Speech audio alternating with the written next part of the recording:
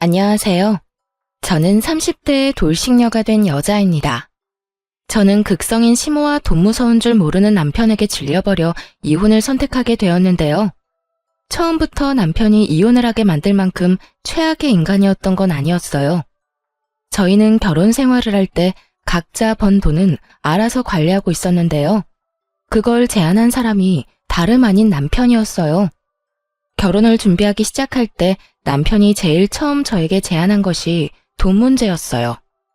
자기야, 우리 결혼하게 되면 돈은 어떻게 관리할 거야? 돈 관리? 글쎄, 따로 생각해 본 적이 없는데. 왜? 따로 생각해 둔 게 있는 거야? 내 생각엔 돈 관리는 따로 했으면 좋겠어. 주변에 결혼한 친구들 보니까 양가 부모님들 챙기는 것 때문에 많이들 싸우더라고. 그게 다 돈 관리를 같이 해서 일어난 문제잖아. 하긴 내 주변에도 그런 것 때문에 많이들 싸우더라. 누구 집에 뭘 더 얼마만큼 해줬다면서 섭섭하다고 싸우더라고. 맞아. 그러니까 우린 애초에 그럴 필요 없이 돈 관리 따로 하면서 각자 집은 알아서 챙기자. 생활비는 한 통장에 모아서 같이 쓰고 적금 같은 것도 같이 들긴 하는데 나머지 돈은 알아서 관리했으면 해. 어때? 난 괜찮아. 그렇게 하자. 사실 처음엔 좀 치사하다는 생각이 들기도 했어요. 아무래도 남편의 연봉이 저보다 더 높은데 돈을 따로 쓰자고 하니 치사하다는 생각이 약간 들기도 하더라고요. 하지만 남편의 말처럼 우리 부모 챙기는데 다른 사람 눈치 보지 않아도 된다는 점에선 꽤 괜찮은 제안인 것 같아 군말 없이 받아들이기로 한 것이었죠. 그렇게 결혼을 하고 난 후 저는 회사를 계속 다니게 되었고 남편은 재택근무 중이었는데 살림은 각자 상황에 따라 할 수 있는 것을 나눠서 하고 있었어요. 상황에 따라 남편이 시간이 돼 식사를 차리면 제가 뒷정리와 설거지를, 남편이 빨래를 하면 제가 건조를 하고 나머지 정리를 하는 식으로 말이에요. 그런 생활이 저희에겐 꽤 합리적이라 생각했는데 시모에겐 그렇지 않은 모양이었어요. 이 사실을 안 시모가 노발대발 화를 내기 시작하더니 결국 극성을 부려 저희 집 근처로 이사까지 와버렸으니까요.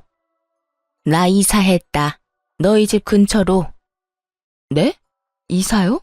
언제 이사까지 하셨어요? 지난주에 했어. 마침 근처에 괜찮은 집이 있길래 그냥 급하게 해버렸지. 정리도 다 했으니 와서 뭐 할 필요도 없다. 그런데 내가 우리 아들하고 통화하다 들었는데 우리 아들도 살림 살고 있다는 게 사실이니? 네, 아무래도 저도 회사에 다니니 저 혼자 다 하긴 무리여서요. 그래서 각자 할 수 있는 만큼 나눠서 하고 있어요.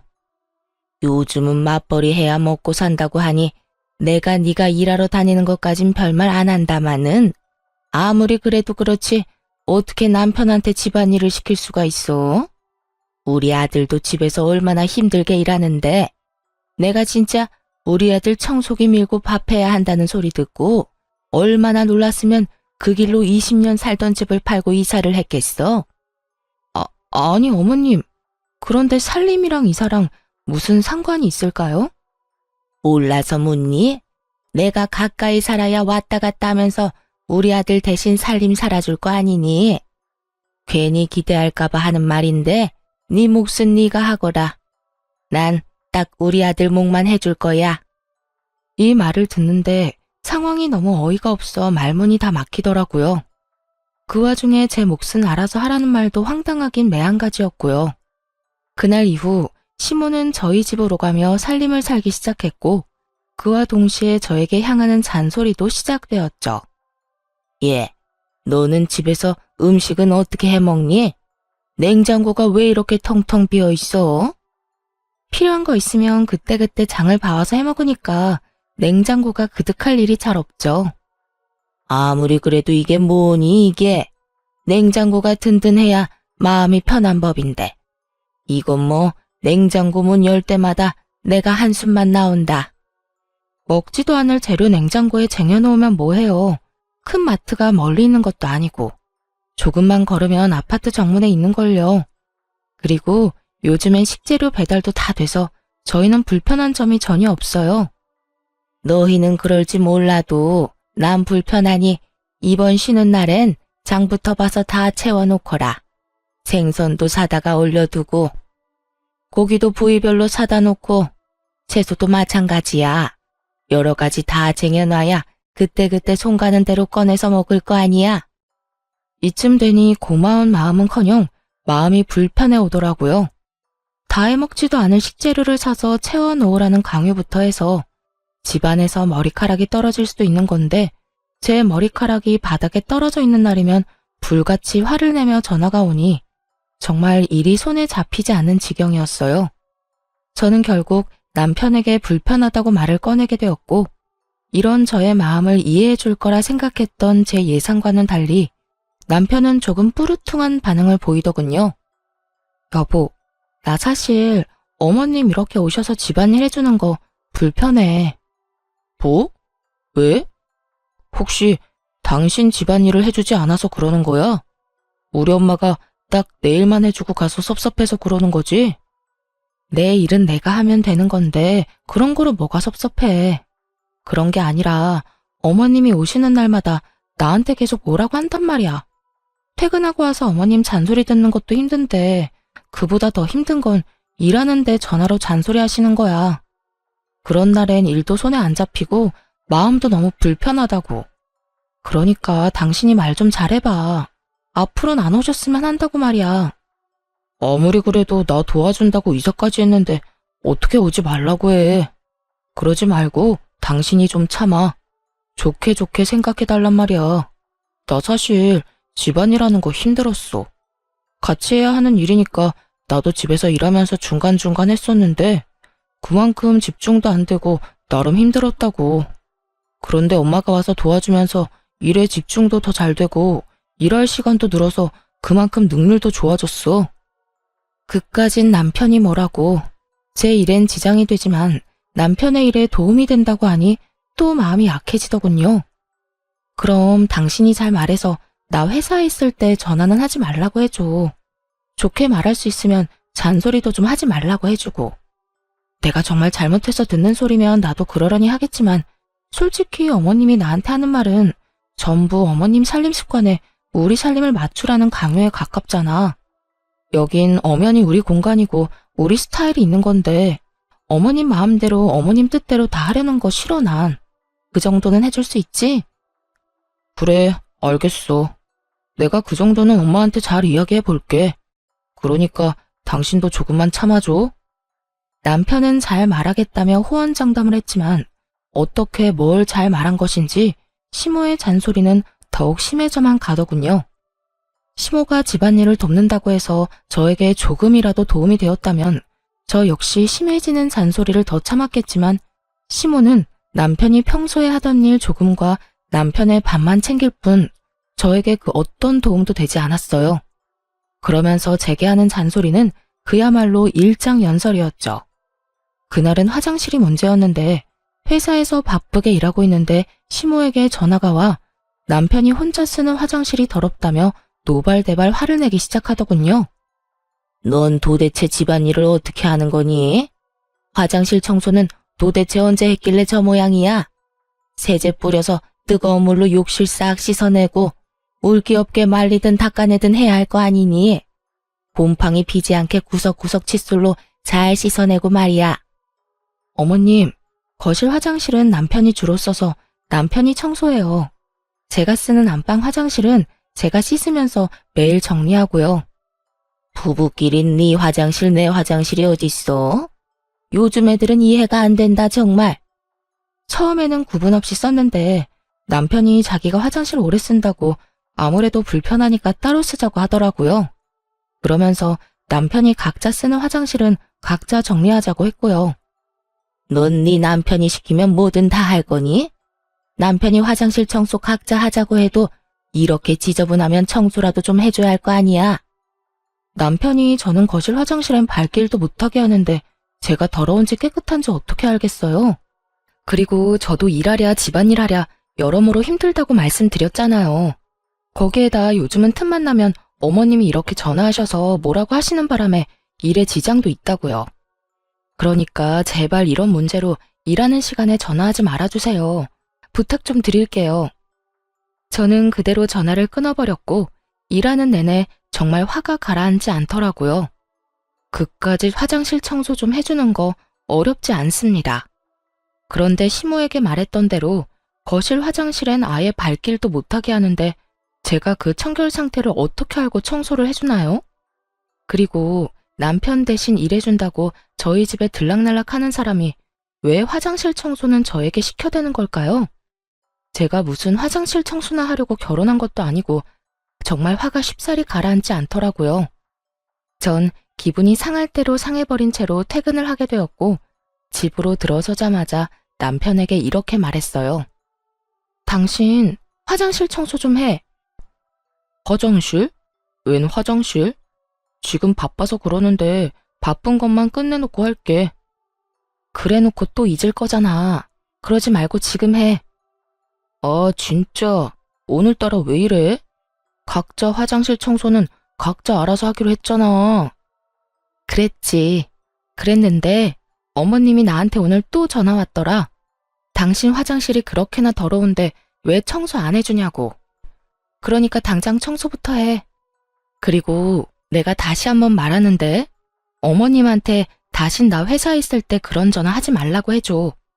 나도 낮에 말했는데 아무래도 내 말을 들으실 것 같지가 않아서 말이야. 남편은 저와 눈도 마주치지 않고 알겠다고 하며 화장실로 가버리더군요.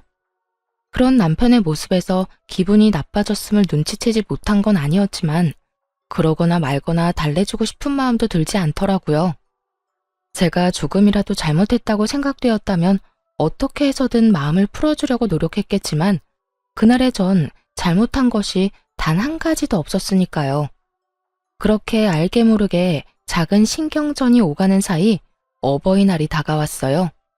저희 부모님은 가진 것에 비해 검소한 편이셨는데 집안엔 가전, 가구들이 대부분 짧게는 10년, 길게는 20년씩은 좋게 넘은 것들이었어요. 아무래도 그런 부분들이 신경이 쓰였던 전 쓰지 않고 따로 모아두었던 상여금으로 친정에서 가장 오래된 에어컨을 바꿔주기로 마음먹었고 에어컨을 휴대전화로 고르던 중 그 모습을 남편이 보게 되었어요. 에어컨? 갑자기 에어컨은 왜? 아니, 곧 어버이날이잖아. 친정의 에어컨 작년부터 시원치 않았는데 이 김에 바꿔줄까 해서. 그럼 우리 집은? 우리 집은 뭐 해줄 건데? 황당하더라고요. 애초에 돈 관리를 따로 하며 각자 집은 알아서 챙기자고 한 사람이 누군데 저런 질문을 하니까요. 남편은 친정에 용돈 한 번을 준 적이 없었고 오로지 시댁에만 생활비를 제외한 모든 돈을 쓰고 있다는 사실을 뻔히 알고 있어 그 황당함은 더욱 컸어요. 그것뿐만이 아니었어요. 남편이 상여금을 좀 많이 받은 일이 있었는데 그때 그 많은 상여금을 한마디 상의도 없이 시댁 휴가 비용으로 다 써버린 걸 알고 크게 한번 싸운 적도 있었죠. 그때 남편이 저에게 한 말을 아직도 기억해요. 우리 약속했잖아. 생활비만 제외하고 나머지 돈은 알아서 관리하자고. 거기에 상여금도 당연히 포함된 거 아니야? 당신도 상여금 받잖아. 그 상여금을 어디에 어떻게 쓰든 난 상관 안 할 테니까 나한테 뭐라고 좀 하지 마. 다시 한번 말하는데 내 돈은 내 돈이고 당신 돈은 당신 돈이야. 각자 돈으로 효도는 알아서 하자고. 이랬던 사람이 이제 와서 제 상여금으로 시댁을 챙기려고 하니 황당할 수밖에 없는 상황이었죠. 남편은 기대에 찬 눈으로 저를 보고 있었고 전 그런 남편을 한번 흘겨보곤 이렇게 말해주었어요. 잊었어? 각자 돈으로 효도는 알아서 하자며. 이 말도 내가 아닌 당신이 한 말이야. 그래놓고 이제 와서 왜 이래? 그건 당신이 고작 해야 용돈이나 드릴 줄 알고 그랬던 거지. 이렇게 비싼 가전 사주는 줄 알았다면 애초에 그런 말을 했겠어. 그러지 말고 우리 집에도 에어컨 좀 사드리자. 우리 집 에어컨도 오래돼서 시원한 바람도 제대로 안 나온단 말이야. 아니면 에어컨 비용만큼 용돈을 드리든지. 그렇게 주고 싶으면 당신 돈으로 줘. 그 많은 상여금으로 어머님 아버님 여행 보내드릴 때는 나보고 그렇게 뭐라고 하더니 이제 와서 이러고 싶어? 말이 나왔으니까 하는 말인데 당신 나랑 결혼하고 우리 부모님 용돈이나 준 적 있어? 각자 집 알아서 챙기자는 핑계로 용돈 한 번 준 적도 없으면서 그런 말하기 부끄럽지도 않아? 뭘 그런 것까지 따지고 드냐? 그래, 알겠어. 우리 집은 내 돈으로 내가 알아서 챙길 테니까 나중에 당신 나한테 뭐라고 하지나 마. 왜 이렇게 비싼 거 해줬냐고 따지고 들지나 말라고. 다 알겠으니까 나한테 피해나 주지 마. 나한테 아무 피해 안 주면 내가 왜 뭐라고 하겠어? 그래? 알겠어. 어디 두고 보자.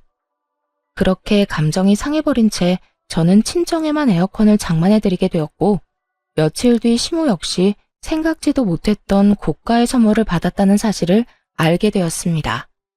그날은 퇴근이 좀 빨랐던 날인데 집에 돌아가니 그때까지 시모가 집에 있더라고요. 들어가자마자 시모가 손에 쥐고 있던 청소기를 제 손에 쥐어주며 청소나 하고 있으라며 자긴 이만 가보겠다고 가방을 챙기더군요. 그런데 시모가 챙긴 그 가방이 1,000만 원 가까이 하는 명품 가방으로 전에는 못 보던 것이었어요. 저는 설마 하는 마음으로 시모의 가방을 멍하니 보고 있자 시모가 흐뭇한 미소를 보이며 이렇게 말하더군요. 네가 봐도 너무 예쁘지 않니? 이번 어버이날 선물로 우리 아들이 사준 선물이란다. 우리 아들 통도 크지? 아빠한텐 명품 재킷, 엄마한텐 명품 가방. 요즘 우리 아들 덕에 내가 밥을 안 먹어도 배가 부르다니까. 그걸 제 남편이 사드렸다고요? 아버님 재킷까지요? 그래. 내 아들이 이번 어버이날 선물로 사줬다니까. 친구들도 그런 효자가 또 없다면서 부러워들 하는데 내가 아주 어깨가 하늘에 닿을 정도라니까. 하여튼 너도 왔으니 나는 이만 가마. 청소기나 좀 돌리려무나. 시모가 돌아가고 난 후 아무리 생각해봐도 남편에게 그런 큰 돈이 나올 곳이 없더라고요. 그래서 전 돈의 출처에 대해 물어보기 시작했어요. 도대체 돈이 어디서 나서 저렇게 큰 선물을 사드린 거야?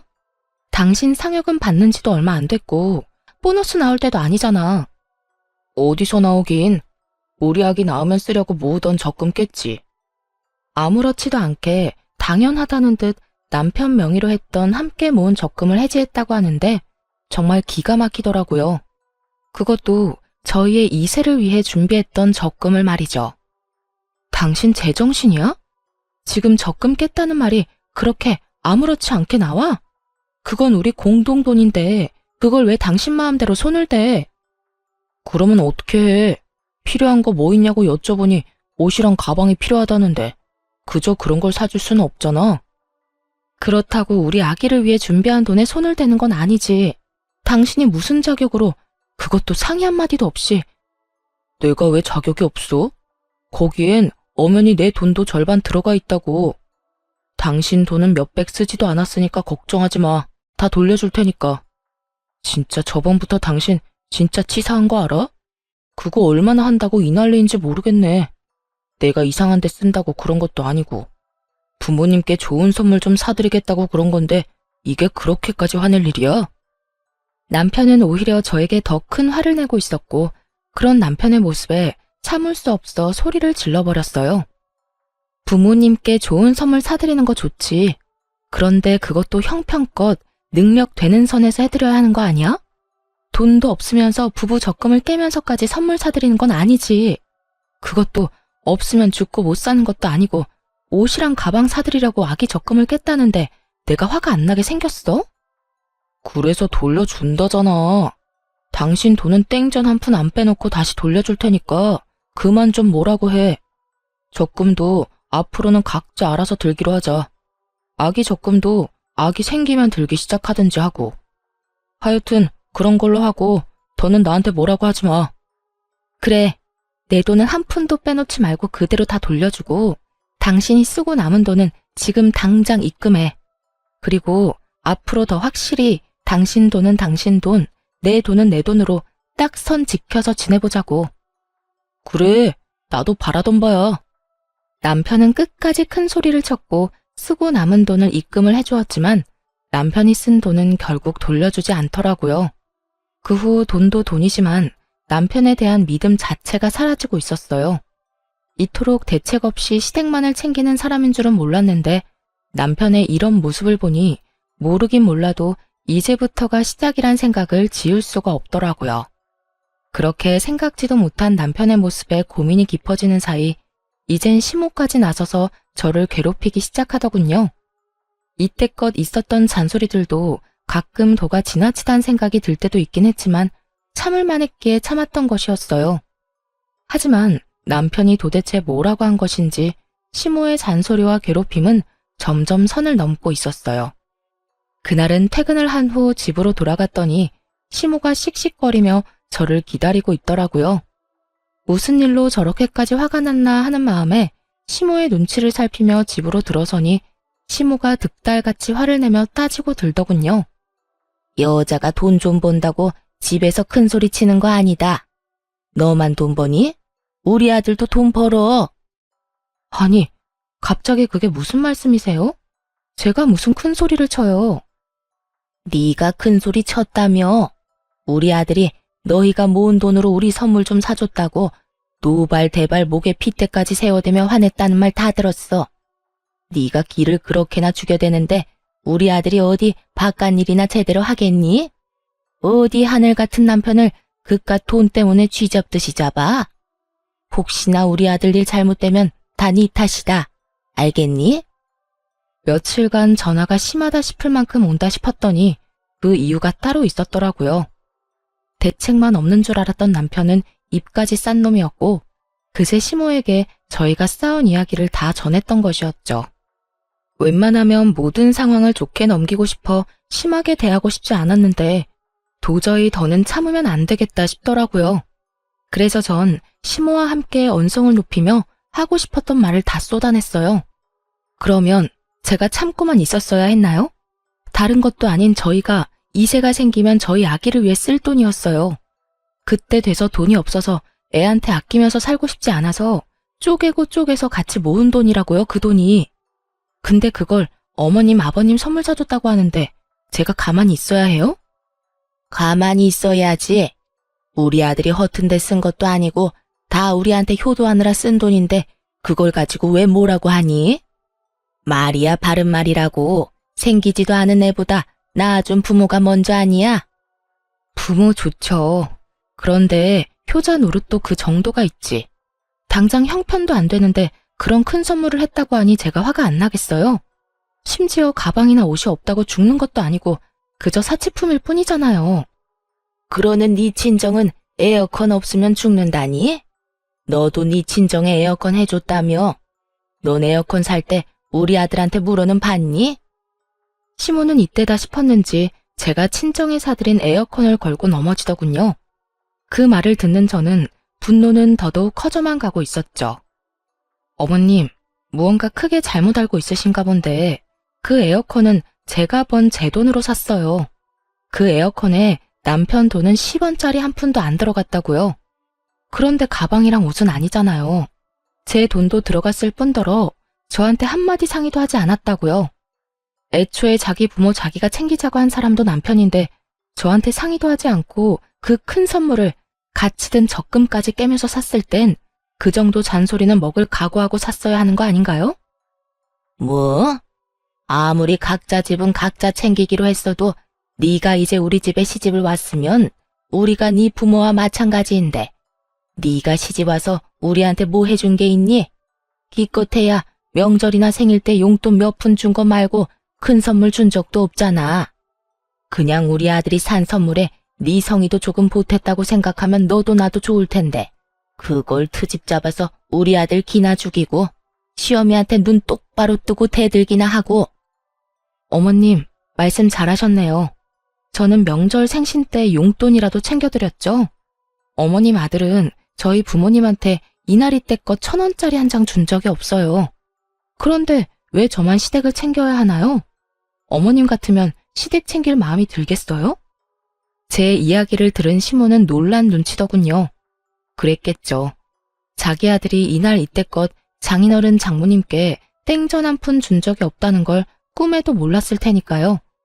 거기에다 파렴치한 남편과는 달리 저는 예의상 명절이나 생신 때는 용돈이라도 조금씩 챙겨드렸으니 더 할 말이 없는 상황이었죠. 시모는 말없이 남편을 재빠르게 노려보았고 남편은 시모의 눈치를 살피다 그 눈빛을 외면해버리더군요. 그렇게 시모의 일방적인 눈치 싸움이 끝나고 시모는 선물 사건에 대해선 더는 받아칠 말이 없는지 말대꾸하는 제 태도가 건방지다며 트집을 잡기 시작했어요.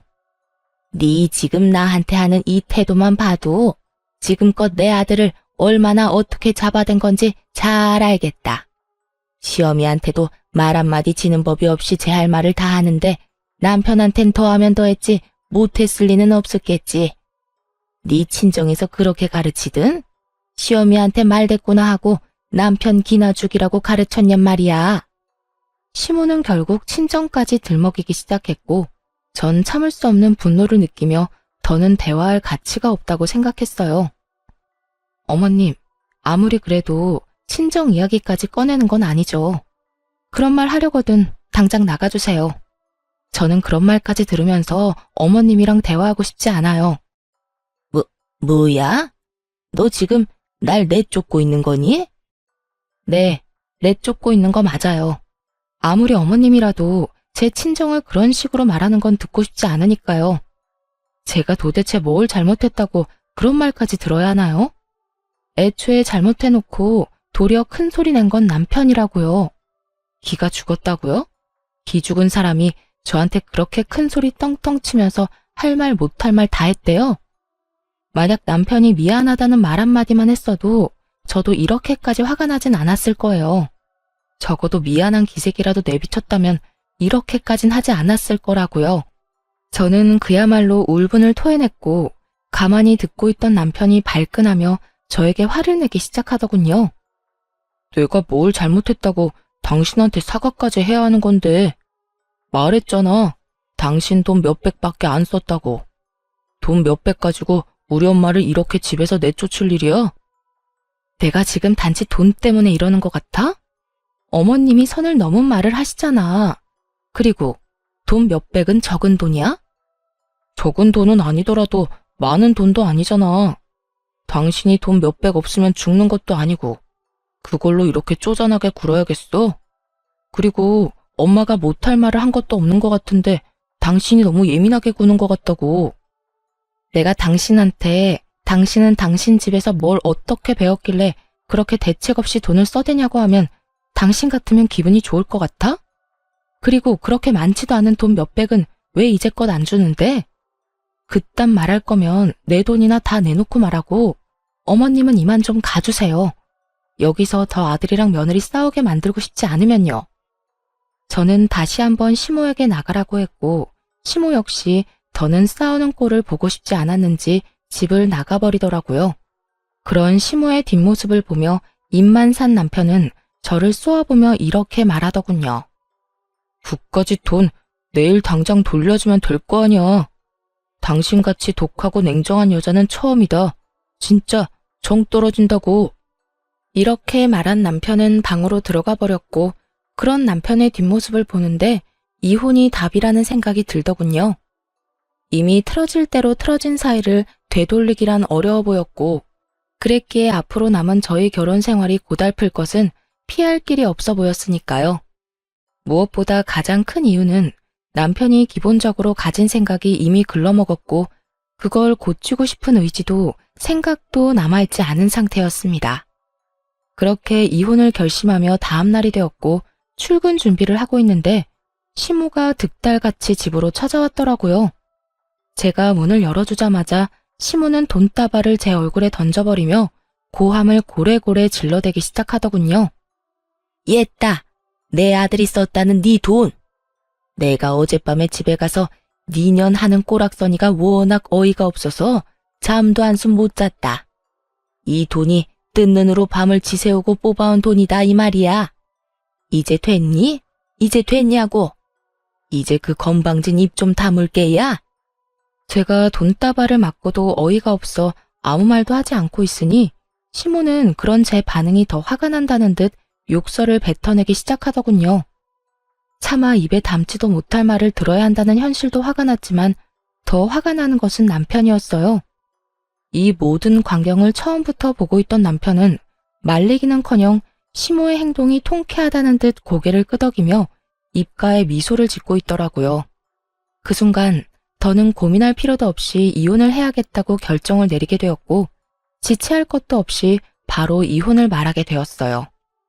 이렇게까지 저를 싫어하는지는 또 몰랐네요. 그냥 저 이혼할게요. 저도 저한테 이렇게 막대하는 사람이랑은 더 가족으로 엮이고 싶지도 않아서요. 뭐? 이혼?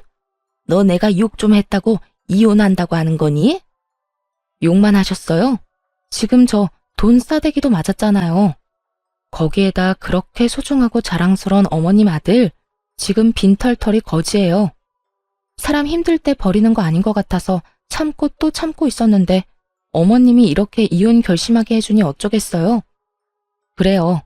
아무래도 남편이 돈을 끝까지 주지 않는 것도 그렇고 생활비도 어느 순간부터 제대로 넣지 않는 것이 이상해서 알아보니 남편은 어버이날이 되기 전에 회사를 그만뒀더군요. 그간 조금씩 모아둔 돈으로 집에서 온라인 사업을 한다고 설치고 있었고 이것저것 손댄 것마다 망한 듯 하더라고요. 거기에다 온라인을 통해 사업 노하우를 알려준다는 사기까지 당해 그나마 있던 돈까지 싹 다 날리고 빚까지 생긴 상태였죠. 그런 상황에서 시모 시부의 선물을 샀다는 것도 화가 나긴 했지만 사랑하는 남자였기에 기죽이고 싶지 않아 모른 척하며 먼저 이야기를 꺼내주길 기다렸던 것이었어요. 그런데 시모와 남편이 이렇게 합심해 제 심기를 계속해서 건드리니 더는 참을 수가 없지 않겠어요. 그제야 모든 사실을 안 시모는 이 모든 게 사실이냐며 남편에게 묻기 시작했어요. 너, 이 말이 다 사실이야? 돈도 다 날리고 빚까지 있단 말이 사실이냐고? 그게 난 다 잘해보려고 그러다가 그게 생각보다 힘들더라고요. 모은 돈만 다 날리고 끝내려고 했는데 노하우를 기가 막히게 알려준다는 사람이 있어서 거기에 돈을 주다 보니까 빚까지 생겨버렸어요. 아니, 그런데 당신은 어떻게 한 거야? 왜 알면서 아무 말도 안 한 거야? 왜겠어? 당신 엄마 말처럼 기죽이기 싫어서 모른 척 해준 거지. 아, 됐어. 말해봤자 입 아프고 지금 그게 중요한 것도 아니지 않아? 내가 이혼하자는 말은 못 들었니? 우리 이혼하자고. 난 더는 당신 같은 인간이랑도 못 살고 당신 엄마한테 이딴 취급이나 받으면서도 못 살아. 그러니까 당장 이혼해. 당신 아무리 화가 났다고 해도 이혼하자는 말을 그렇게 하면 안 되지. 이혼이 장난이야? 이까짓 일로 이혼하게? 넌 지금 이게 장난으로 보여? 난 지금 그 어느 순간보다 진심이야. 이혼해 우리. 남편은 여전히 제 말을 어깃장쯤으로 여기고 있는 반면에 시모는 제 말이 진심이란 걸 알아채는지 그제야 저를 달래려고 애쓰더라고요. 예, 이런 일로 이혼은 무슨 이혼이니? 내가 돈 던진 건 사과하마.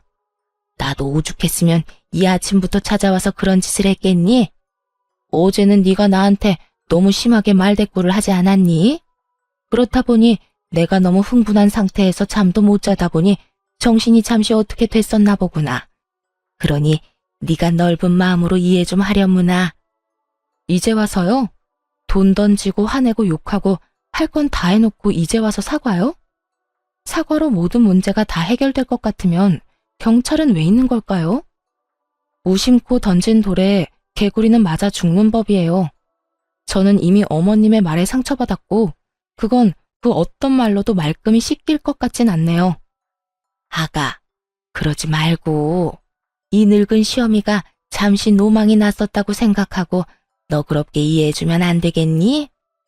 이렇듯 시모는 어떻게 해서든 저를 달래보려고 애쓰는데 남편은 그런 시모의 앞을 막아서서 저에게 득달같이 화를 내기 시작하더라고요. 아, 됐어. 엄마가 뭘 잘못했다고 그렇게까지 해? 그리고 당신, 우리 엄마가 이렇게 미안하다고 굽히고 들어오면 당신도 적당히 하고 끝내야지. 끝까지 고개 빳빳이 들고 이럴 일이야? 적당히 좀 하란 말이야. 아우 진짜 정 떨어져. 무직인데다 빚까지 있는 아들이 큰 소리를 치자 시모는 더는 모르겠다는 듯 고개를 절레절레 흔들더니 남편에게 이런 말을 남기고 집을 도망치듯 빠져나가 버리더군요. 아들, 분위기 파악 좀 해. 네 집사람 화 많이 난 것 같으니까 엄마는 이만 가보마. 두 사람이 좋은 쪽으로 이야기 잘 나눠봐. 이렇게 이혼한다고 하면 다들 뭐라고 하겠어? 그러니까 좋게 좋게 이야기 잘 나눠. 시모는 그렇게 집을 도망치듯 나가버렸고 남편은 시모가 던진 돈을 주우며 여전히 상황 파악도 되지 않은 말을 하기 시작했어요. 결국 또 이겨먹었네. 기분 아주 좋겠다 좋겠어. 이렇게 돈까지 생기고 말이야. 내가 당신이 화가 많이 난 것 같아서 이 돈까지 주워주는 거야. 세상에 이런 남편이 어디 있냐? 시어머니를 뻑하면 집에서 쫓아내는 와이프한테 땅바닥에 떨어진 돈까지 주워주는 남편이 어디 있냐고.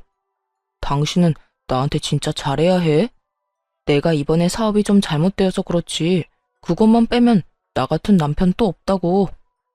눈치가 없는 것도 모자라 큰 착각에 빠져 허우적거리고 있는 남편놈을 보고 있자니 정말 웃음이 다 나더라고요. 도대체 이런 인간 뭐가 좋다고 이때껏 참고 살았나 싶어 저 스스로가 한심하기도 했고요. 그렇게 여러 가지 생각을 하던 저는 여전히 돈을 줍고 있는 남편을 내려다보며 좀 더 확실하게 말해주었어요. 당신 엄마가 우리 집에서 도망치듯 가는 꼴을 보고도 모르겠니? 나 이혼하자는 말 진심이야. 뭐? 정말 이혼하자고? 이까진 일로? 당신한테는 이까진 일일지는 몰라도 난 아니야. 난 당신같이 대책 없이 효자 노릇을 하는 남자도 싫고 당신 엄마처럼 아나무인에 화난다고 욕부터 하는 사람을 내 시어머니로 모시고 싶은 생각도 없어. 그제야 남편은 제 말이 진심이란 걸 알아차린 듯 급하게 무릎을 꿇고 빌기 시작하더군요. 여보, 이러지 마. 내가 당신이랑 어떻게 이혼을 해. 나 당신 없으면 안 되는 거 알잖아. 그렇겠지. 빚은 생겼는데 회사도 그만뒀고 모아둔 돈은 전부 당신 집에 효자 노릇을 한다고 다 써버렸을 테고. 당장 돈 한 푼 없는데 나랑 이혼하면 완전 큰일이겠지. 그런데 어떡하지? 난 당신이랑 이혼한다고 해서 큰일 날 게 하나도 없는데. 그러게 내가 알면서도 다 모르는 척 해줄 때 진작 잘하지 그랬어.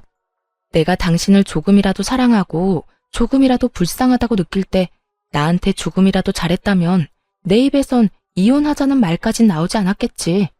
여보, 이러지 마. 내가 정말 잘못했어.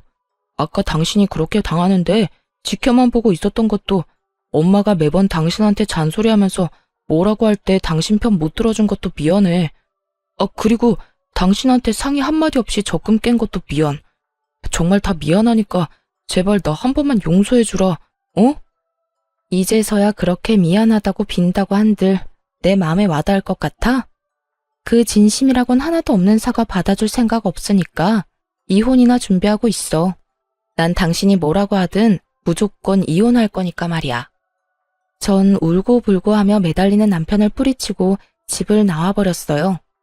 그 후 이혼만은 안 된다고 끝까지 우겨대는 남편 덕에 소송이 진행되었어요. 가정 파탄의 원인이 철저히 남편의 재산 빼돌림과 시모의 낭비벽으로 인해 일어났고 그걸 입증하는 증거를 전부 제출했죠. 그렇게 시모와 남편에게 위자료를 받고 이혼하게 되었습니다. 이혼하고 난 후 다신 연락을 할 일이 없을 거라 생각했는데 반년쯤 지났을 때 전 남편에게 연락이 오더라고요. 그간 연락 한 통 없었던 전 남편이었던지라 도대체 무슨 일인가 싶어 전화를 받게 되었어요. 여보세요? 무슨 일이야? 여보, 잘 지냈어? 여보는 무슨? 우리 이혼한 거 잊었어? 내 안부가 갑자기 궁금해서 전화했니? 그게 요즘 너무 힘드니까 당신 생각이 나더라. 왜? 그렇게 효자 노릇이 하고 싶어 안달이더니 막상 같이 사니까 힘든가 보네? 나 너무 힘들어. 당신도 알다시피 당신이랑 이혼하기 전에도 빚이 있었는데 당신한테 위자료 주느라 빚을 더 지게 됐거든. 하루하루 대출금은 갚아나가야 하는데 취업은 잘 안 되고 집에서 프리랜서 일해서 버는 것도 한계가 있고 그래서 엄마한테 가방 좀 팔아서 대출금도 좀 갚고 생활비도 좀 하자고 했는데 엄마가 절대 안 된다면서 난리를 부리더라. 어떻게 된 엄마가 자식이 힘들다는데 그깟 가방이 뭐라고 끌어안고 안 팔려고 하는 건지 이해가 안 돼. 심지어 그거 내 돈으로 사준 가방이잖아. 그랬구나. 당장이라도 전화를 끊어버릴까 하는 마음도 있었지만 무슨 말까지 하려나 싶어 대충 맞장구를 쳐주니 신나서 전시모 욕을 하기 시작하더군요. 오, 나 힘들어. 아니, 말이야 바른 말이라고. 내가 누구 때문에 이혼까지 하게 되고 이렇게 큰 빚까지 지게 됐는데 우리 엄마 정말 너무하지 않아? 엄마뿐인 줄 알아? 아버지도 내가 그렇게 힘들다고 노래를 부르는데도 대출금 한 번을 안 갚아주시더라. 그래서 하고 싶은 말이 뭔데? 그냥 나 후회 많이 하고 있다고. 진작 당신 말 듣고 우리 집 말고 내 가정에 더 신경 쓰면서 살 걸 싶더라. 당신 말이 다 맞았어. 날 진짜로 생각해주고 내 미래에 대해서, 아니, 우리 미래에 대해서 걱정해주는 사람은 당신뿐이었는데 그땐 그걸 왜 몰랐나 몰라. 있는 힘껏 불쌍한 척을 해대던 전 남편 놈은 귀엽고 우는 소리까지 내며 하소연을 하기 시작하더군요. 나 사실 당신이 너무 그리워. 요즘 잠도 제대로 못 자고 밥도 제대로 못 먹어. 그게 내가 그리워서 그렇다고? 아니, 돈은 갚아나가야 하는데 돈이 없으니까 그렇겠지. 오늘 이렇게 전화한 것도 나한테 동정심이라도 자극해보려고 그러는가 본데 꿈 깨. 난 당신한테 낭비할 동정심 같은 건 없으니까 말이야. 당신은 정말 내가 불쌍하지도 않아? 내가 이렇게까지 반성하고 있다고 하는데? 전혀 불쌍하지도 않고 당신 말이 진심으로 와닿지도 않아. 전 남편은 금방이라도 제가 전화를 끊어버릴 것만 같았는데 급하게 숨겨둔 진심을 꺼내기 시작하더군요. 듣고만 있어도 소름이 끼쳐오는 더러운 속내를 말이죠. 정말 진심이야. 내 속을 꺼내 보여주고 싶을 만큼 진심이라고. 그러니까 그렇게 부정적으로만 보지 말고 다시 한 번만 잘 봐줘. 나 정말 반성 많이 했고 이제 정말 정신 차렸어. 그래서 하는 말인데 우리 다시 잘해보면 안 될까? 나 당신이 조금만 도와주면 빚도 금방 갚을 수 있고 그렇게만 되면 나 다시 일어나는 건 시간 문제야. 당신도 잘 알다시피 내가 회사 다닐 땐 당신보다 연봉도 높았잖아. 내가 재취업만 되면 이제 내 월급은 당신 다 줄게. 약속할 수 있어. 각서라도 쓰라면 쓸게. 난 네 돈 같은 거 필요도 없으니까 재취업돼서 나보다 연봉 많이 받게 되는 날이 오면 그 돈으로 네 빚이나 똑바로 갚고 살아. 신용불량자나 되지 말고. 빚 갚고 남은 돈으로 네 부모님들한테 다시 효자 노릇도 좀 하고. 여보, 그러지 말고 제발. 나 진짜 반성했다니까. 네 반성 따윈 필요 없으니까 애꿎은 사람 그만 괴롭히고 네 인생 너 혼자 잘 살아. 어디 엄한 사람 엮어서 빚을 갚는데 이용하려고 불쌍한 척이야? 한 번만 더 전화하기만 해봐. 스토커로 확 신고해버릴 거야. 그렇게 전화를 끊어버렸고 그 후론 연락이 오는 일은 없었습니다.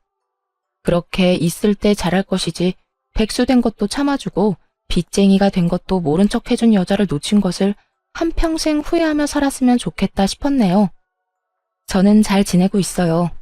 그런 일이 있은 지 1년이란 시간이 지났고 결혼을 하며 포기했던 해외 지사 파견 기회가 와 요즘엔 설렘 반 걱정 반으로 시간을 보내고 있어요. 새로운 곳에서 저 혼자 다시 시작해야 한다는 것이 조금 무섭긴 하지만 부모님께서 이참에 잘 됐다며 더 큰 세상에서 더 많은 것을 보고 경험한 후 다시 돌아오라고 응원해 주시더라고요. 그 응원에 힘입어 열심히 적응해 보려고요. 이참에 새로운 곳에서 새로운 출발을 해보는 것도 저에게 좋은 터닝 포인트가 되겠지 하는 생각만 하고 있는 중이랍니다.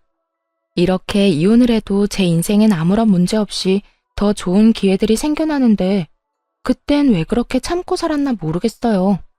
지금 생각하면 참 바보 같은 생각인데 이혼을 할 때까지만 해도 이대로 내 인생이 모두 무너져버리면 어쩌나 하는 걱정이 크더라고요. 하지만 막상 이혼을 하고 나니 이혼녀 딱지쯤이야 별거 아닌 것이었고 제 인생도 무너지지 않더군요. 물론 쉽게 내릴 결정은 절대로 아니지만 그렇다고 해서 이혼이 무서워 그 모진 냉대와 욕설 그리고 무능력하면서도 효자 노릇만 하는 남편을 참고 살 것은 아니었단 생각이 강하게 드는 요즘이네요.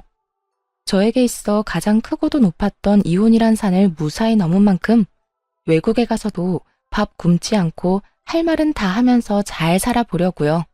저 잘 해낼 수 있겠죠? 이로써 저의 사연도 끝이 났네요. 긴 이야기였는데도 불구하고 끝까지 함께 해주신 모든 분 감사합니다. 좋은 하루 되세요.